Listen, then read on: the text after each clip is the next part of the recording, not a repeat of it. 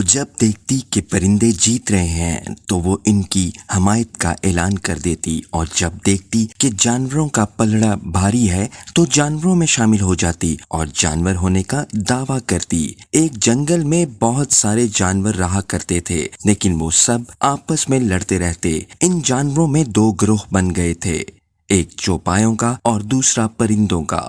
ان دونوں گروہوں نے روز روز کے جھگڑوں سے تنگ آ کر فیصلہ کیا کہ ہمیں ایک بادشاہ چن لینا چاہیے جو ہمارے جھگڑوں کا فیصلہ کر سکے۔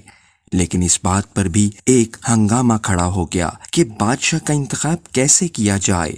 پرندوں کا اصرار تھا کہ بادشاہ کوئی پرندہ ہونا چاہیے، جبکہ جانوروں کا کہنا تھا کہ بادشاہ جانوروں میں سے ہونا چاہیے۔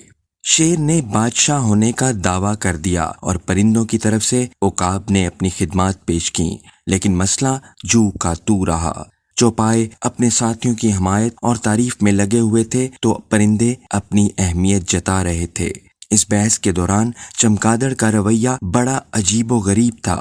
وہ جب دیکھتی کہ پرندے جیت رہے ہیں تو وہ ان کی حمایت کا اعلان کر دیتی، اور جب دیکھتی کہ جانوروں کا پلڑا بھاری ہے تو جانوروں میں شامل ہو جاتی اور جانور ہونے کا دعویٰ کرتی۔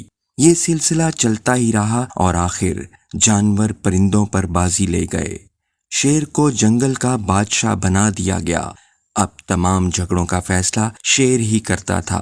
شیر کے اچھے رویے کی وجہ سے جانور تو جانور، پرندے بھی مطمئن ہو گئے تھے، مگر ان دونوں گروہوں کو چمگادڑ کے دوغلے رویے پر بے حد غصہ آتا تھا۔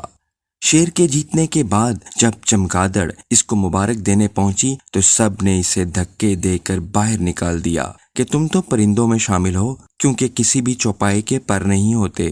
چمگادڑ روتی پیٹتی پرندوں کے پاس پہنچی اور کہا کہ چوپایوں نے مجھے مار بھگایا ہے کیونکہ میں جانور نہیں ہوں۔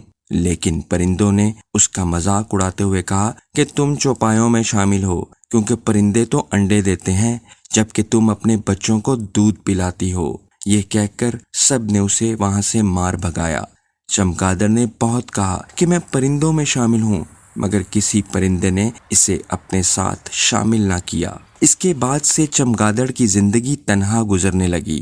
وہ اب بھی تنہا ہے اور اپنی بری عادت کی سزا بھگت رہی ہے۔ جب کبھی وہ خود کو مجرم سمجھنے لگتی ہے تو سزا کے طور پر درخت سے الٹی لٹک جاتی ہے اور روتی ہے۔